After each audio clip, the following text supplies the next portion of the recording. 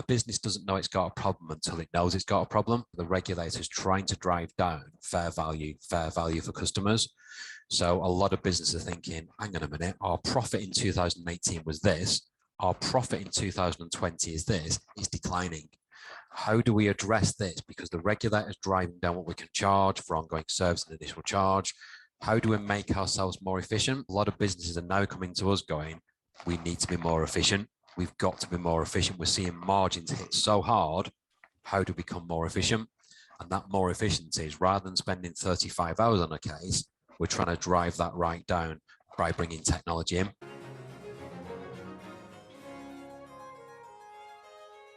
The big problem they're facing is they just haven't got enough time to see the number of clients on their books. A lot of advisors we're speaking to are really struggling to onboard enough new clients and actually do the existing client reviews as well. So the biggest thing we get asked at Wealth Wizards is, can you just automate these reviews? Because the customers are coming back year after year and we've still got the same amount of paperwork to do an annual review. So we've still got to go through the fact find, we've still got to produce another suitability report, and that's very time consuming. There's a massive problem in the UK. We've not got enough advisors in the UK to close this advice gap, but they are starting to say, actually, we can help the advice gap by bringing on new people and using technology more and sending more things digitally.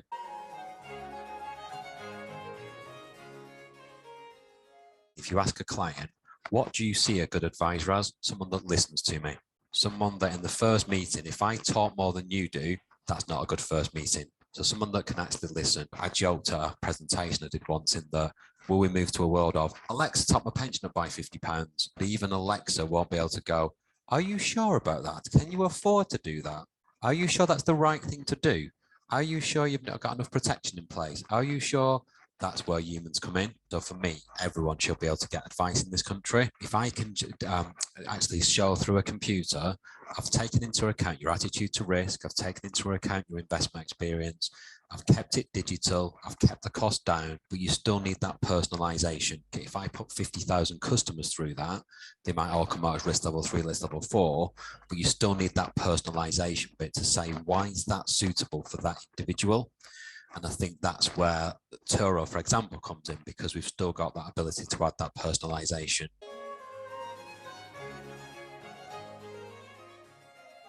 The biggest pain when I speak to them personally is, if we could get rid of everything on my desktop, they could just have one platform, one piece of technology, that would be ideal. What we're hearing a lot in the market now is this word hybrid. So hybrid, we still want to talk to our clients, but we want to use technology to get rid of a lot of this heavy lifting. They're saying, well, these tools are working so well that we've now got less admin phone calls with someone ringing up, for example, going, what are my options? What's an annuity? What's drawdown? What's tax-free cash? So these tools are taking away more mundane jobs so they can actually spend more quality time. So the way they're seeing it is, well, if these tools can drive away our mundane jobs, our mundane phone calls, we can spend more quality time on the face-to-face meetings. Our two biggest clients, though, have been really successful with it, in that they've really embedded, instead of spending 2 hours with you today, Dominic, doing a fact find, I'm going to spend an hour with you, but I'm going to find out what's really important to you. I'm not going to ask you your name, address, what's in your pension, what's in your savings. That should be collected, automated. I'm going to spend a real hour with you saying, what's really important to you now, Dominic? Is it this? What's your dreams? What's your aspirations? So if they get it across in the right way, clients are changing.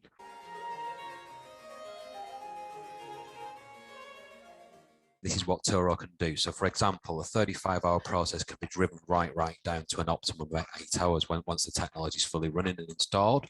And initially, the biggest reaction we get is, hang on a minute, I do not want a computer taking over my clients. I've looked after these for 10 or 15 years.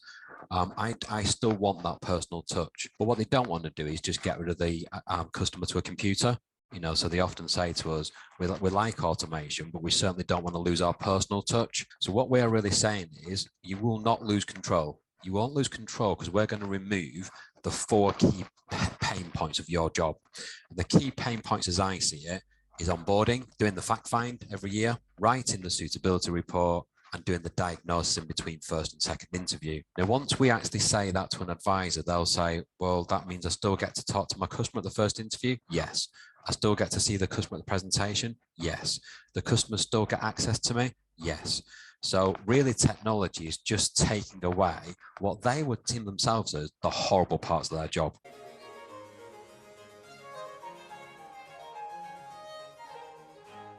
What we're seeing from customers that actually speak to us is, are we going to have to employ more people embracing technology, for example? Do we need a data scientist? Do we need a QA? Do we need an engineer?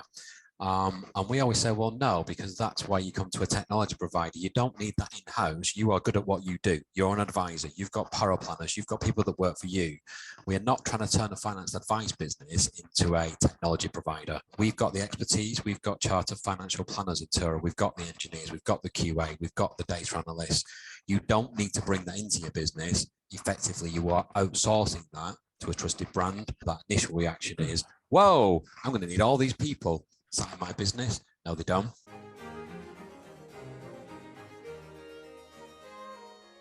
When we do an initial meeting with a client, they'll go, we've seen this before. People come in and say exactly the same. Why are you any different than other tech provider that says, we can change your world, we can make everything more simple? The first thing we say when an advisor says that to us is, we are not going to try and say to you, our one piece of technology will wipe everything off your desktop. Any tech provider that does that, I think, pardon me, it lives in cloak cuckoo land and is taking the advisor on a journey. We very, very clearly say, we are just part of your ecosystem. We cannot get rid of your backbook. We cannot get rid of your legacy problems.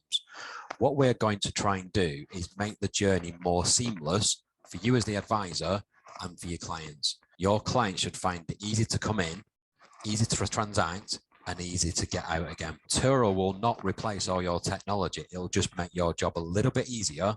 It'll make it seamless, and that will be better for you and better for the clients. And people then after that initial interview go, you're actually on the money here, because other people will just say, oh, get rid of your CRM system, get rid of your fact find, get rid of your backend provider. We don't do that. We very much say we are just the middle. We're not trying to be an IO. We're not trying to be an Iris. We're not trying to be a fulfillment platform. We are just sitting in the middle going, let's try and join all this together to make it more seamless.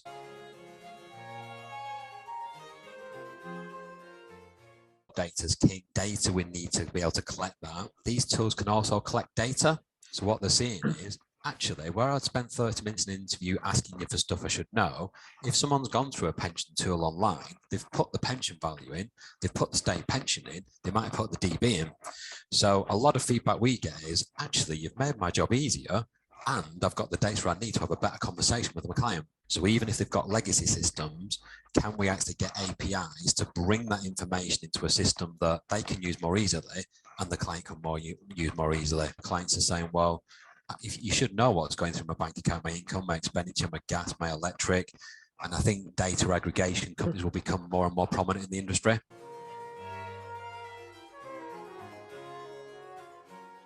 We've got all that data and we've used that data to run an algorithm, and the algorithm will say, okay, this is the right outcome for that customer.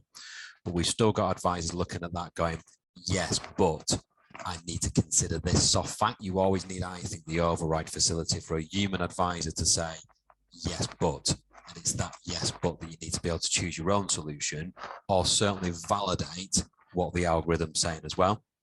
So, and that's where I think the industry is going, is that data will become more prominent, algorithms will become more prominent, but you will always still need that advice to say the reason why it's right for you, Mr. Customer, but you will always need the finance advice, the power planner at the end of it. They're using power planners more and more now.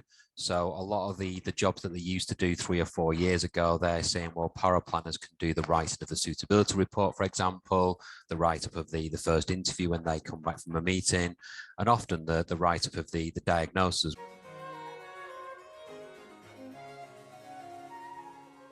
In the past, they saw that as losing control. I do not want my customer going, oh, look, you're using that Money Hub, for example. I'm going to go to them. They're better than you. So there's still this fear factor, but they are now saying, if we don't embrace this, we will not be able to stay in our business much longer. We cannot carry on as we were.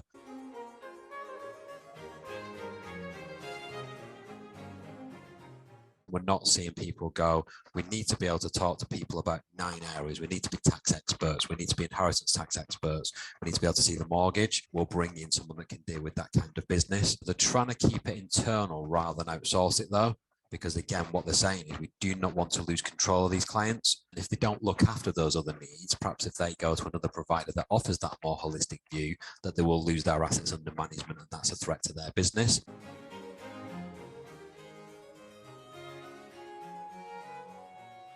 If someone had said to me 18 months ago, advisors will be quite happy to do meetings over Zoom and Teams and use technology, I'd have said, don't be silly. It's horrible to say this, but I think COVID's actually helped this market to become alive and go, technology is actually here to help us. It's not here to hurt us. It's here to help us. We've seen 10 years of change, I think, in 18 months. They started to use technology better than they've ever done. We've seen that people going, I'm never moving back to the world I was. I am not moving back to getting in the car, driving to customers' houses, seeing customers face to face.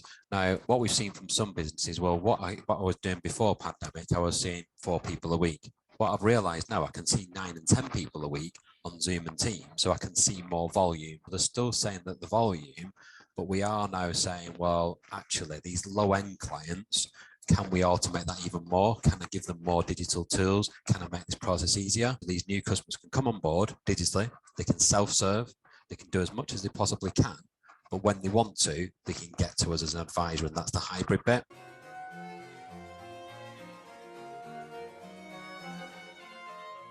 People still value that human touch. So I think we're going to see gradual change. I think we've seen dramatic change in 18 months. I think now it's going to be more gradual. A lot of advice businesses still say to us, we haven't got a problem, Nick. We are still seeing all the people we need to see. We're doing things the way we did 2 years ago. Technology's here. Yeah, we'll come along with it when we're good and ready. So you're still seeing that kind of behavior. I think we're going to see gradual change as advice businesses wake up and go, we're going to do this. We're going to do this at our own pace.